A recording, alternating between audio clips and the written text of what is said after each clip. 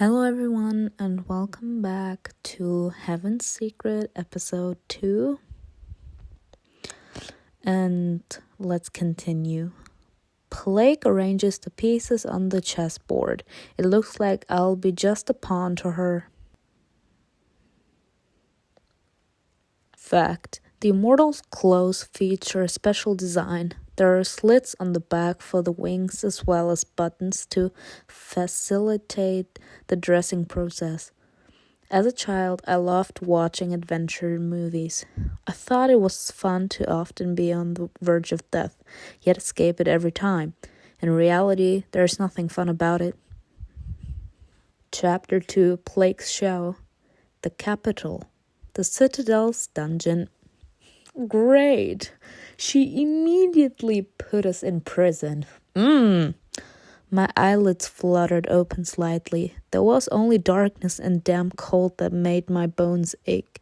I tried to concentrate to warm my body, but my head was hurting so much that it was a futile exercise.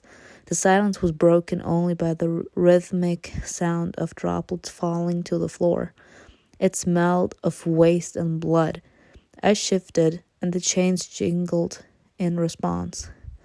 The door instantly swung open, as if someone on the other side had been waiting for me to wake up. Which of my babies is doing it?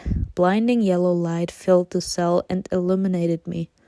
Dressed in rags, disheveled and wounded. You've come to your senses, human. Oh my fucking god. What did she... Oof. I took a step forward, but the chains held me back, rattling again. Your leash is too short, dear. Plague came close and ran a nail along my chin, carefully examining my eyes. I jerked my head, shaking off her touch. What's going on? Where is everyone? Where is everyone? She pondered before slowly answering, her lips stretching in a malicious smile. Dead.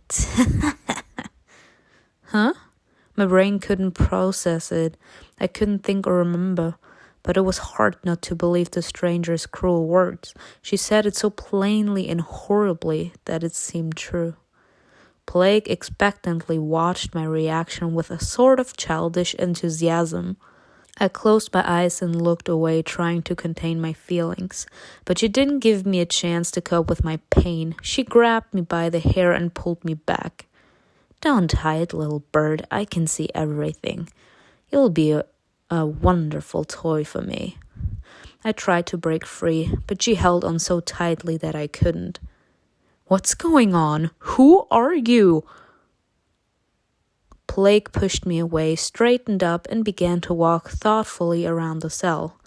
It's time for a change. She stopped and turned to me.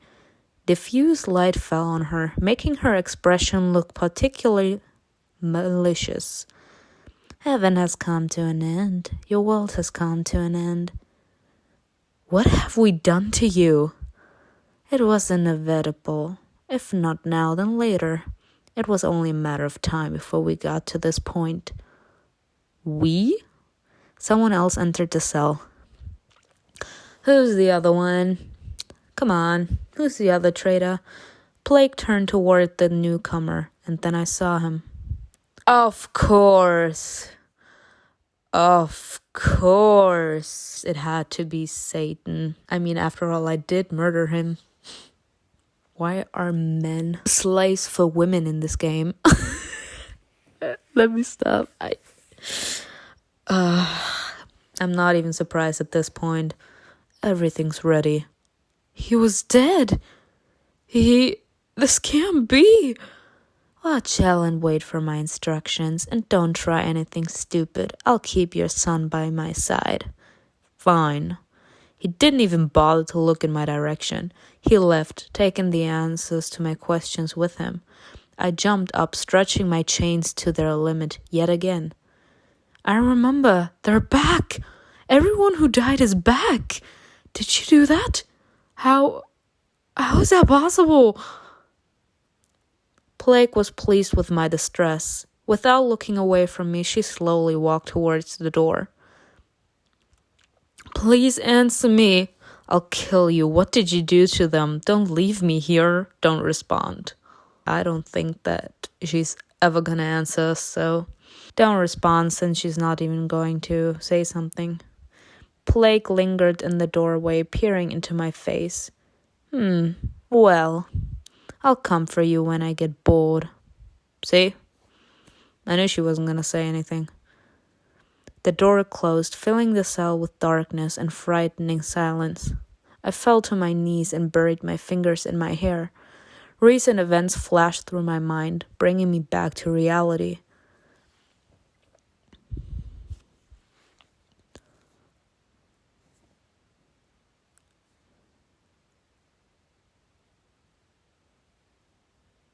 I cannot.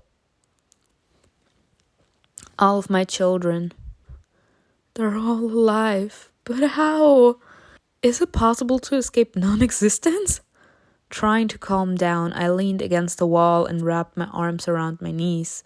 The chains and my exhaustion kept me from using my powers, so I couldn't regulate my body temperature. I felt so cold. They could have been freed by plague, but what kind of power does it take to do something like that?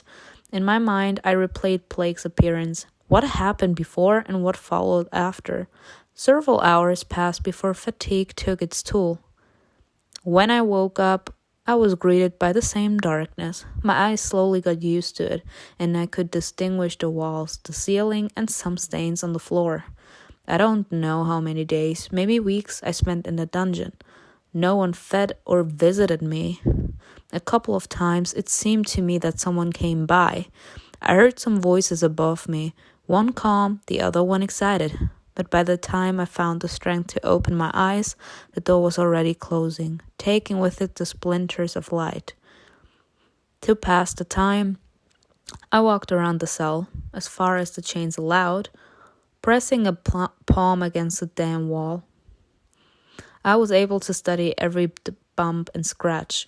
To fill the seemingly endless quiet, I recalled some university lectures.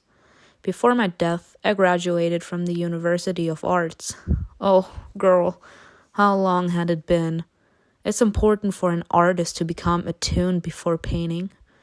One of the distinguishing features of Chinese painting is the tradition of representing oneself as someone or something else. A tiger, a tree, a flower, or a house.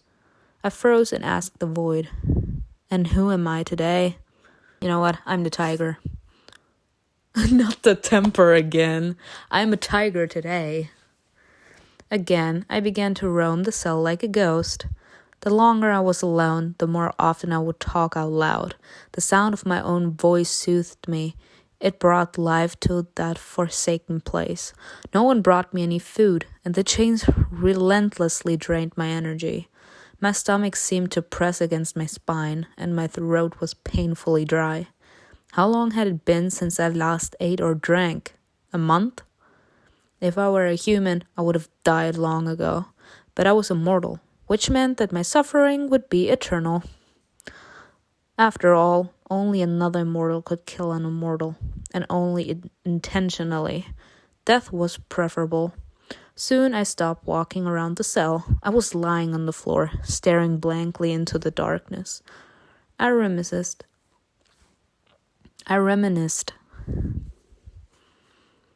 Counselor Alvin held out his hand to me. Madam Simona, you've been of immense help to Sifa, so let me help you too. I have experience in council affairs. I would guide you if you would do me the honor.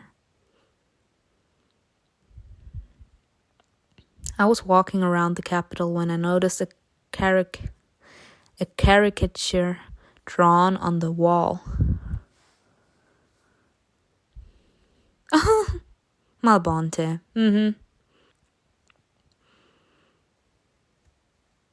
The wall was covered in spit and stains from tomatoes. I turned around and looked into the distance. Somewhere out there was the cemetery for those who had died in the war. It was blanketed in special flowers that never wilted. Justice had prevailed. Some were revered and remembered, while others, I moved on. I was still in the dungeon. Was I still alive, or was this non-existence? Well, since you can ask yourself that, you are still alive. My body was as cold as the walls. At first, I still tried to scream, but with the time I felt ridiculously meaningless. No one would let me out of there, ever. My mind kept on diligently swifting through dusty memories, in search of the life that had been taken from me. The next choice will improve both friendship and romantic relationship. I remembered having fun on Earth with the immortals. Look at that! 56 gems, people! You know what? I don't give a fuck. Let's go. It's rare that we have to pay so much, so what is this about? We had a short break in our courses, and the teacher suggested taking a sort of vacation and going down to Earth. In Mexico, they were celebrating Dia de los Muertos. Yes, let's go. We ended up right in the middle of a crowd of painted, dancing and singing people. Mimi squealed with pleasure. This is amazing. She immediately rushed after the others. The ordinary mortals saw her differently. They didn't notice her wings and burning eyes. To them, she looked like everyone else, a simple woman honoring the dead. A little girl handed Dino a sugar skull and ran on. Thanks. But the little stranger had already disappeared into a crowd of adults. Lucifer stood with his hands in his pockets. Weirdos. I thought death meant mourning for them, and here they are having fun. They believe that this is the day when the dead come home. But they don't. I stooped to pick up a bouquet of flowers that someone had lost. I don't think it matters that much. The important thing is that they don't forget those who are gone. Mimi emerged from the crowd and extended her hands to us, beckoning. Come on, why are you standing there? Let's go. She led us along. Women were twirling, children were running, and decorations glittered all around us. There were candles everywhere, lighting the way for the souls. Lucifer kept his distance while Dino let the strangers from the crowd lead him with a soft smile. Mimi began to dance, imitating the locals. Simona, dance with me. She pulled me towards the dancing people and began to show me the moves. At first, I was embarrassed. I knew that Dino and Lucifer could both see my embarrassment. And that made it even worse. They were watching us, Lucifer intently and Dino with a reassuring smile. Dino is such a cutie. Mimi gently took my hands and shouted over the music and the voices. You've got it, don't be shy. I started to follow her lead. At first slowly, then I gradually relaxed until I finally forgot all about the people that were watching us. There were songs, dances, girls in skeleton costumes, flowers, jewelry, makeup, and lots of candles. So many bright colors, so much laughter, all of it in honor of the dead. I wished I could treat the death with that sort of serenity, respect, and joy. After all, death was so natural, right? But for me, it wasn't anymore. I continued to dance, choking on my overflowing emotions. Mimi laughed, and Dino and Lucifer were both already smiling, watching all of the buzzing, colorful Dia de los Muertos festivities with wide eyes. Look at this. Look at this.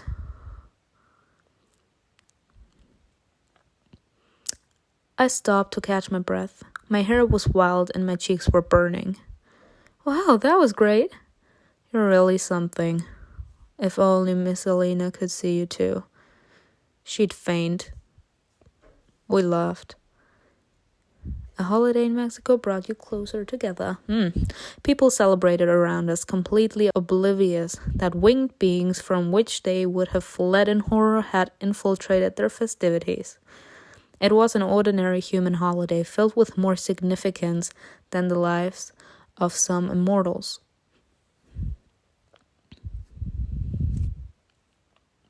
Only my dreamless sleep saved me from the dull gloom, from the hunger, the ringing in my ears, and the trembling in my body. I felt that if I stepped out into the light, I'd probably go blind. The darkness was so ingrained in me. But a miracle happened. and after what seemed like an eternity, the door opened. I covered my face with my hands. Squinting, I tried to see my savior. Pike? Hello, madam. He helped me up. Too weak to stand, I hung from his arms and stretched his eyes for answers to all of my questions. What's going on? You need a shower. Let me take you to wash up. I pushed him as far as my strength allowed. I'm not going anywhere until you tell me what's going on. My body couldn't support me and my knees buckled, returning me to the acolyte's arm. He removed my shackles and led me to the door. Pike, where is everyone? What's happening? I'm not allowed to talk to you, madam. Why? Who ordered this? Who would dare? I could hardly move my tongue, but I couldn't stop whispering. I hadn't talked to anyone for so long. Pike said something to me, but I couldn't make out his words, and then I lost consciousness.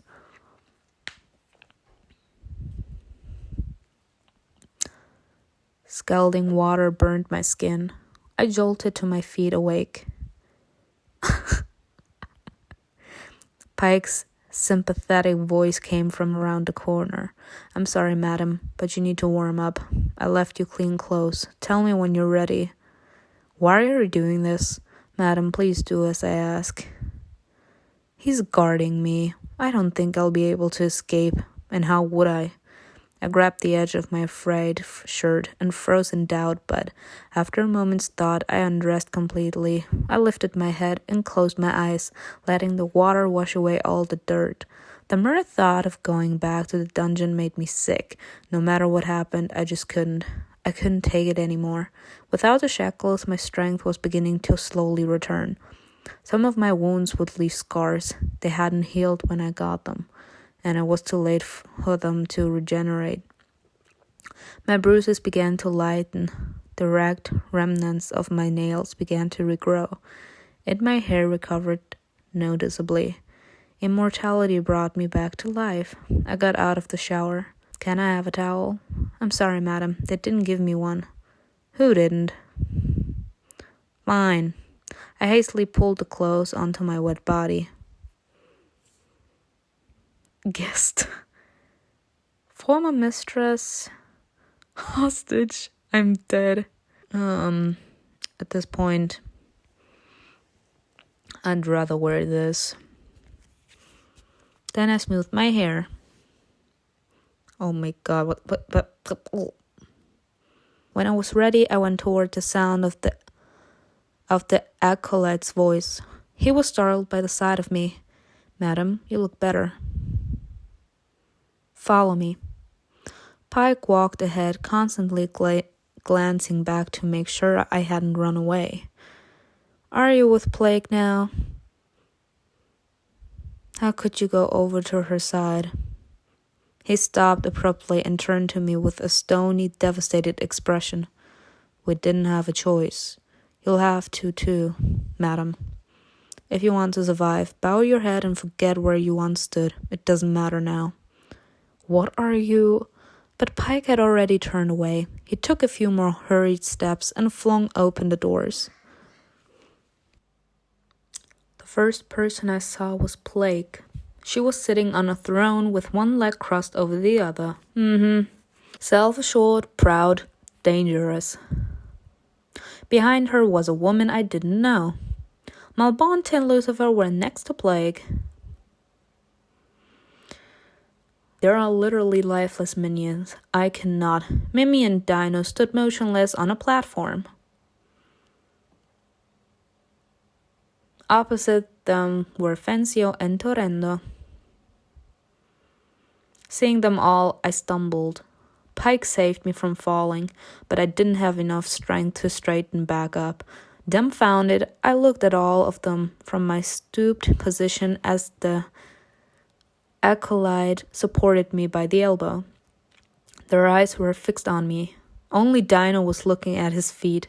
Plague sprang up in her throne, pressed her clasped hands to her lips, and joyfully exclaimed, "Oh, my little bird, I can't even tell you're immortal. You've lost so much weight. You aren't such perfect creatures after all." She was imprisoned without food or water for 3 months. It's no wonder, period. I scowled at him, on the verge of fury. The war was in vain if he's here again. What will happen now? Lucifer, Dino, Mimi, Malbonte. Were they all on Plague's side? So did the little bird like her cage, or is she ready to spread her wings? I opened my parched lips and said, "Don't take me back there, I can't take it anymore." Nope, I forgot how to fly while I was in there. If not for the chains, it wouldn't be so bad. Someday I'll put you in a smaller cage. Honestly, someday I'm gonna put you in a smaller cage. Plague burst out laughing. Ah, empty hopes. The more you hope, the sweeter your despair will be. Plague seized the woman beside her and roughly pulled her closer. This is Eve. Oh! Who is she? I took a few hesitant steps. It was difficult for me to stand on my feet, but I forced myself to straighten up and look at her intently. Who are you? Why? My voice dropped to a whisper. Why are you standing next to her? Why don't you fight? I took a few more steps, but I stumbled, falling to one knee. Plague chuckled softly as she watched me try to get up. My muscles shook so much that it was embarrassing. I didn't think I'd be able to get up, but someone's measured steps broke the silence in the chamber. I looked up and saw... Yes, bitch! Yes, bitch! Yes, bitch! Okay, now the choice here is... Who is my lover? Lucifer, Dino, or Malbonte? Honestly, Malbonte reminds me of my story with Lance in Eldaria, so I would have to go with him. I don't know. I'm gonna do all of them. I don't give a fuck. Malbonte, is it now? He extended his hand to me. I froze, looking up at him. And why are you a red girl if you hate him? Plague angrily slammed her hands down on the armrest. Did I give you permission to help her? Malbonte didn't move. Continuing to look into my eyes, he said coldly, You're getting too worked up. There are things we must do. I don't want to waste time on her. Plague grumbled but agreed with his remark. Such a responsible pub. Malbonte only clenched his jaw. I tried to get up again without his help, but he grabbed my elbow and helped me up anyway. His hand remained on me. His icy gaze continued to follow my expression.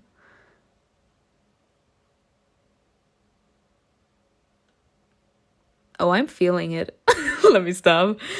Malbonte took a step back and turned away as if he'd instantly lost interest in me. You know, I'm really curious right now. Like, she brought him back to life, like all of them. They're back to life. They're not dead anymore. But are they like soulless? Are they just a shadow of their former self? Like, they don't have emotion anymore? They're not themselves? Did that woman bring them all back with the former personality? Despite his words, you're grateful for his help. Yep. Are you done? Don't tell me what to do. Let me have my fun. Malbonte returned to his seat. As he walked, he stared at Plague, and she stared back at him. It seemed they hated each other, but each respected the other's power. Plague stroked the armrest of her throne imperiously. As you must have realized, now I am in charge here. I looked around at everyone who was present and swallowed hard.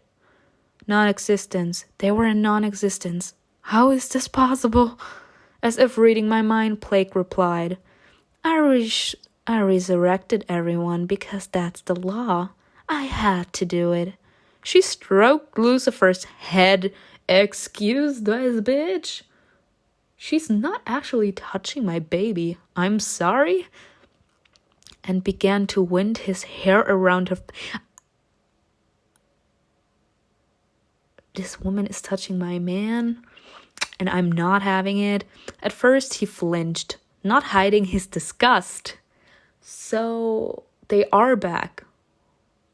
Literally, she resurrected them like they are themselves.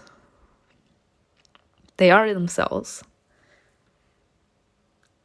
They're just being silent because she is in control, I'd say, because they know how powerful she is. But his emotions vanished behind a mask of indifference, and only the grinding of his jaw betrayed his tension. Plague continued. Soon my brothers will come, and we will bring heaven to its knees. Who are you? Her lips stretched in a smile. The horsemen of the apocalypse.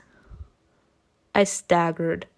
I looked at Lucifer, but he looked away, his lips twisted in what I took as contempt, turned inward. Or maybe it was meant for me? Then I turned to Dino. Dino, you... But I didn't finish my sentence, noticing his blank look. Mimi seemed to be waiting for me to call her out too, but as soon as I looked at her, her gaze fell to the floor. I looked at them, gasping with pain and disbelief. What had Plague done to them? Or maybe I was the one who didn't understand. Maybe I was really that naive. I can imagine something, but I'm gonna keep that to myself for now. The horsewoman rose from her throne and approached me with a cat-like, playful gait. Now everything has changed, my little bird. You'll have to obey. She walked around and stopped behind me, whispering in my ear. A few rats may have escaped the ship and hidden away, but they're not a hindrance to me. She licked my earlobe and, laughing, pulled away. Excuse her. I wiped my ear in disgust and turned to her. Where did you come from? We aren't from here, little bird. Do you think you're unstoppable? You're alone against heaven, against Sifa. Plague came a little closer and whispered excitedly. You don't get it. I'm your new creator now. She rocked on her heels, then clung to me again, and she showed me her battle with Sifa? Nah, we're not seeing the battle with Sifa. You know, for someone who lives at the very top, it's easy to come down. To me, your dimensions are like curtains. Just nudge them aside and I can slip through. That's how I ended up in Sifa's abode. He wouldn't let you. I was expecting a more powerful creature. She looked at her nails, obviously bored. It was so easy to kill him. You're lying. Shook left me silent. Goosebumps prickled my skin. Sifa is gone. I'm your creator now. She killed him? How's that possible? Who is she? Where does this power come from? I looked at the others again. Is that why they aren't fighting back? They know it's pointless? All your friends have accepted the new order. So has heaven. The time will come and you'll get it too. I trembled with horror. I can't. What was that, little bird? Speak up, I can't hear you. I can't give up so easily. I closed my eyes and called on Malbonte's dark power, a part of which I had taken during the ritual that released him. And the power responded to my call. The black energy filled my veins and soaked into my bones and flesh. Honestly, I'm kind of intrigued if Malbonte sees it and has some sort of reaction to it. Plague took a few steps back with an expectant smile. How amusing. You all go through this before you truly realize how insignificant you are. Oh, love it. Let's see. Period. Composure. I extended my hands, aiming directly at Plague's head. Die! A rush of darkness burst from my palms. Plague dodged, but I managed to hit her just barely. When she turned to me, I saw a small scratch on her cheek, which instantly healed. Ooh. Plague feeds on despair, but around you shall remain hungry.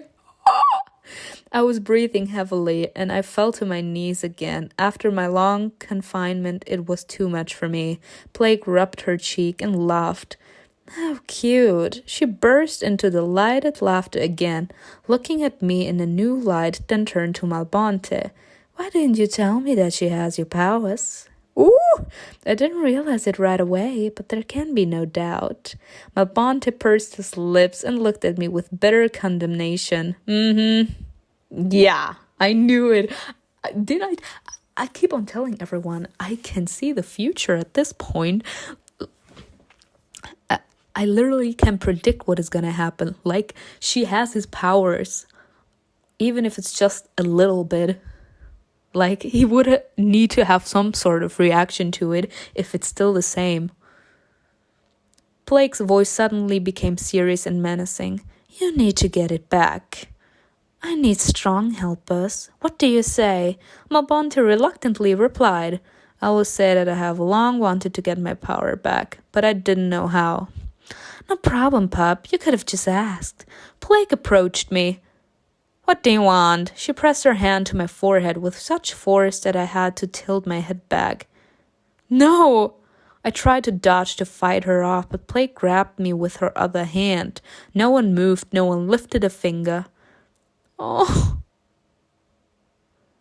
my god, not Mimi crying. Oh, he has a neutral face, but I don't think that he's happy with this. I do believe that he still wants his power back because, of course, it's his. But I don't think he's happy with torture anymore. And he's smiling, Torrendo. No one will help me. This will hurt. I felt a sudden jolt. 100 invisible needles pierced my body as my organs burst and my brain and heart were ground to pulp. I convulsed and fell to the floor, but Blake once again lifted me, holding me with one hand. And then she took her hand away from my forehead and black thread stretched behind it.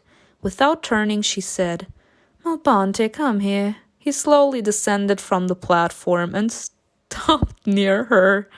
This power belongs to one person only. It has no place in a human body. Honestly, though, I'm kind of thriving her. I'm so mad. Blake stretched the thread to Malbonte's chest. He shuddered as it passed into him and closed his eyes. I watched my power return to him, making him even stronger. I felt myself growing weaker, felt emptiness consuming my body. How could I survive in the world now? How could I deal with that emptiness? When it was over, Blake pushed me away. I would have fallen if not for Malbonte's swiftly outstretched hand catching me by the elbow. See? He's not having it. Like, he's happy he has a power. I'm pretty sure he's happy that he has his powers back, but he's not having it. I think he kind of, even though he didn't want to admit it, he kind of developed a soft spot for us. Are you happy? You always knew you were using something that didn't belong to you. I wonder what other interesting things she's hiding. She again came close to me, wrapped her hands around my head, and looked into my eyes. She burst into my mind rudely and unceremoniously, tearing down every block I attempted, obliterating my pathetic efforts to hide my consciousness. She tore and destroyed, crushing small memories to dust along the way in search of something useful to her. Not the father. So your father's still alive? You're new to heaven. Intriguing. It's none of your business. We'll see about that. Finally, Blake returned to her throne. I felt weakness, despair. At this point, I feel weak. Strength, -1. I didn't know that we could lose. I wanted to lie down and fall soundly asleep. I didn't have the strength to fight, to pretend I was capable of resisting anything. The acolyte ran to the center of the hall and fell to his knees. Mistress, the rest of the counselors are waiting for you in the next room. Finally, you brought them. Let's go. Blake jumped up and ran, almost skipping towards her victims. Pike gently pushed me in the back so that I'd follow the others. The entire leadership of the Citadel was kneeling on the floor. Among others, Aragon caught my eye. Before the war, he had been the chief counselor of the Citadel. He was a very ancient and powerful immortal, descended from an influential family. Mom respected him. He taught her a lot. Aragon had died, but Plague brought him back too? Why? How many others has she revived? Plague slowly walked past the immortals, her heels clicking on the tiles. Oh, my dear, obedient ones. Each of you tried to fight me, but that's so boring. My brothers love to fight, but I like something else. Aragon shook the raven from his shoulder, and it flew off, away from them. The former counselor rose to his feet and scowled at Plague like a concerned beast. I didn't come back to kneel before you. He rushed towards Plague, swiftly changing direction, again and again. Aragon was so quick that his movements likely would have escaped mortal eyes. Plague stood still. She distantly looked at the floor and smiled. And then she jerked her hand out to the side, grabbing Aragon by the neck.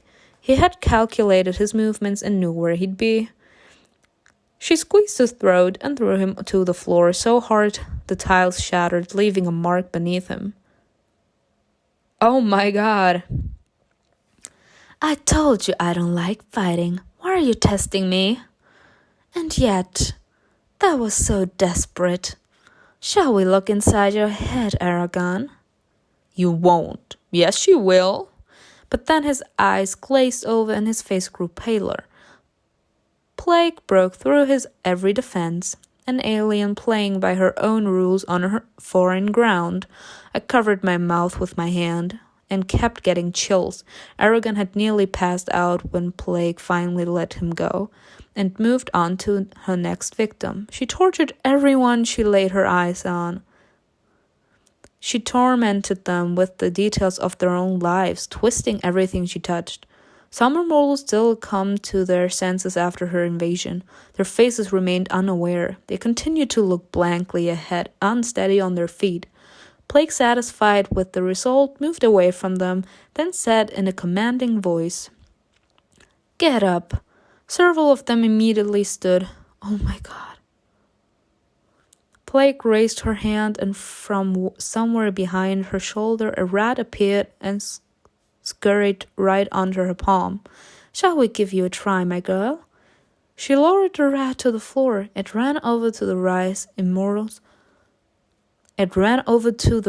immortals and suddenly divided into several rats, one for each glassy-eyed victim. Each of the rats climbed a body and left a bite mark before jumping to the floor and merging back into a single rat that returned to the mistress. Ulcers began to spread over the victims' bodies. Did she infect them? They began to scream and run in seeming agony until Plague raised her voice again. "Calm down." The infected mortals stopped and became silent. Plague poked at one of them. "You should throw yourself out the window." She paused, smiled maliciously at her thoughts, and added, "You want to kill yourselves." She turned to the rest of us, who were watching her with horror. "We don't want him to stay alive, do we?" The immortal obediently fulfilled her request. He went to the window, climbed onto the sill, and jumped out. Huh? There was a distant, muffled thud, as if a bag of water had been dropped. Plague kissed the rat, pleased. "How do you like our show?"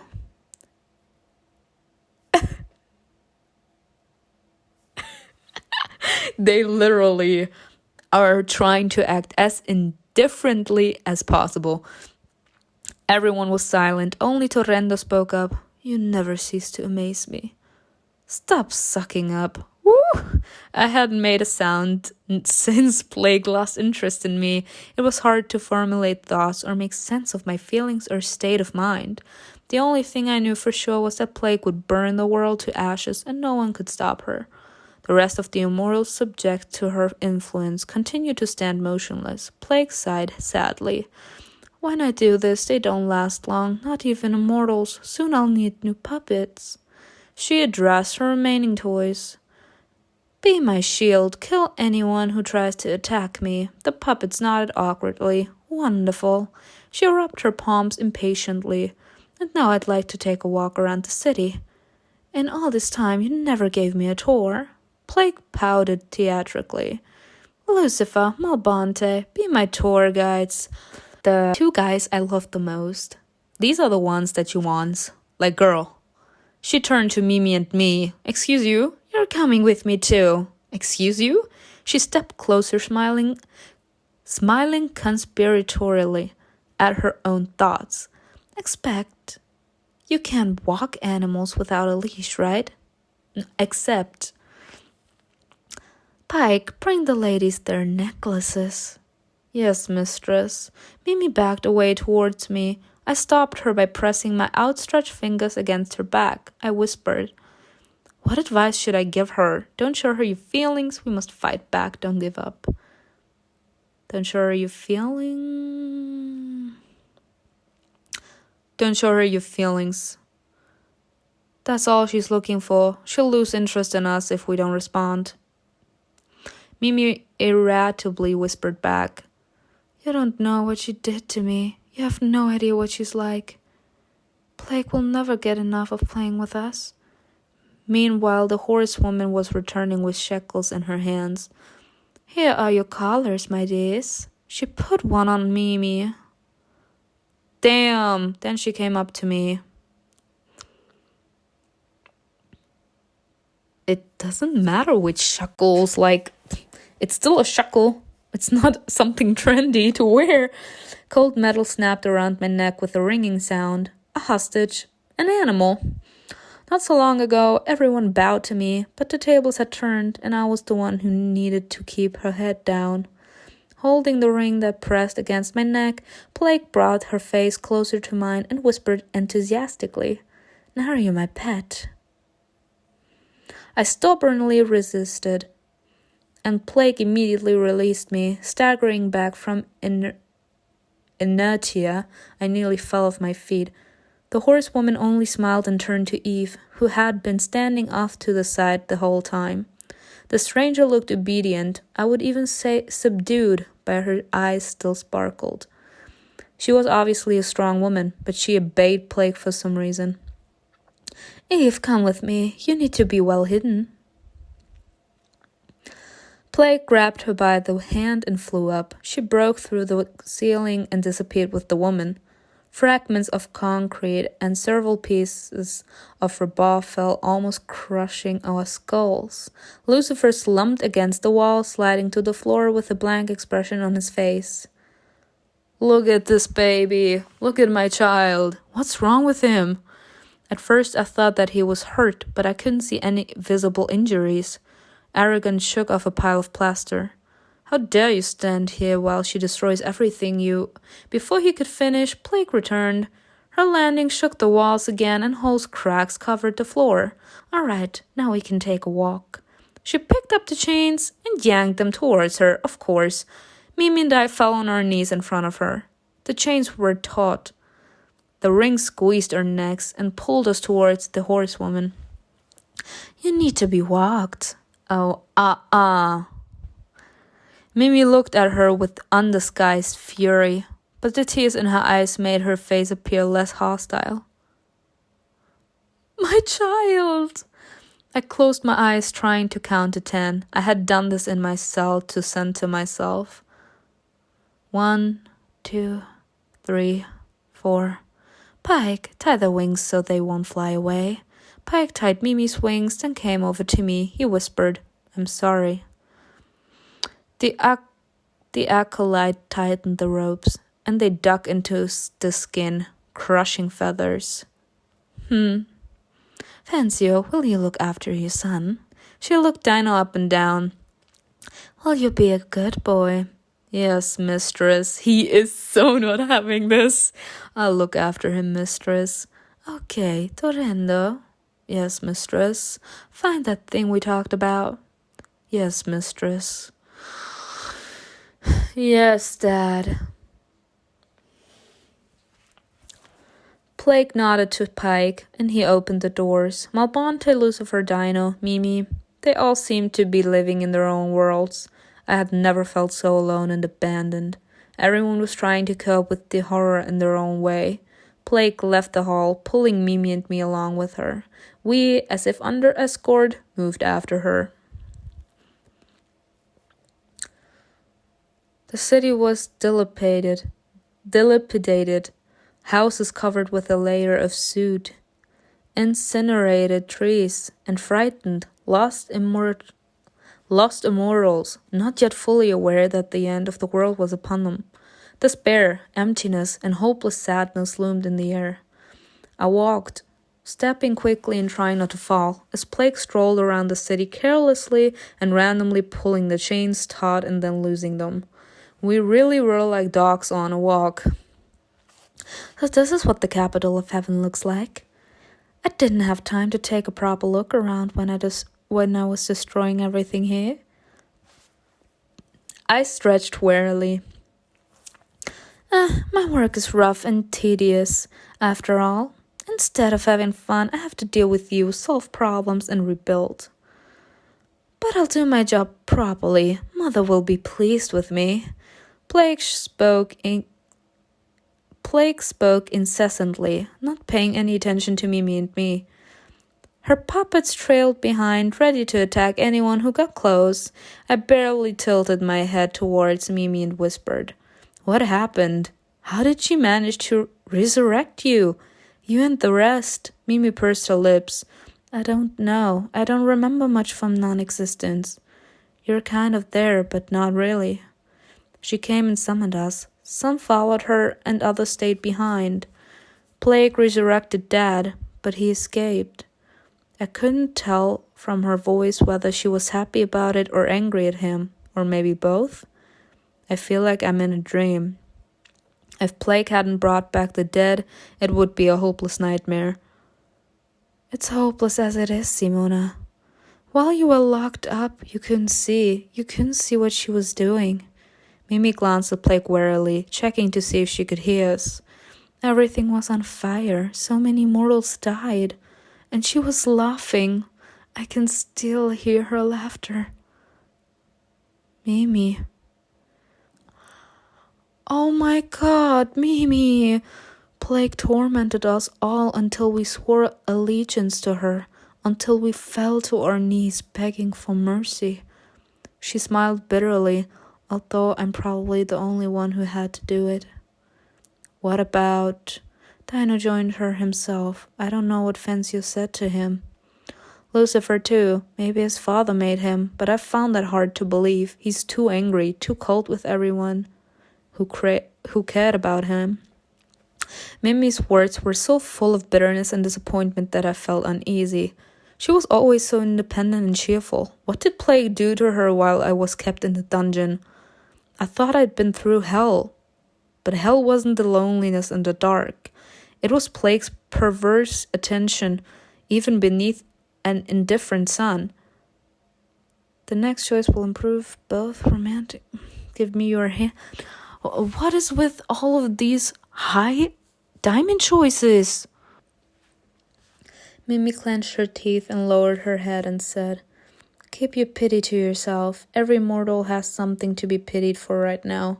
Lucifer suddenly stopped and turned to us with a look of such fury that we immediately fell silent. I met his gaze head-on with bitter interest. "I can't believe you're on her side. It just can't be." Blake suddenly stopped relaxing our chains. "It's all interesting, of course, but that's not what I need. I've put things in order around here, but I need access to the mortals. And I need those who will help with my mission." "I know, we've already talked about this. And everything is ready. You're expected at a special place. There you can easily observe life on Earth and descend if necessary. You'll have plenty of immortals at your disposal to carry out tasks." Blake looked at Lucifer with an unexpectedly soft and satisfied expression. This bitch. "And what is this place?" "The Angels and Demons Academy." The ground seemed to vanish from under my feet at that moment. The world began to spin. Memories rushed over me like an avalanche, sweeping away the devastation, but also bringing irrational hope along with chilling terror. I felt Malbonte's eyes on me. Surely he remembered all the same things that I remembered. Blake laughed loudly and exclaimed, "Then let's go to the academy."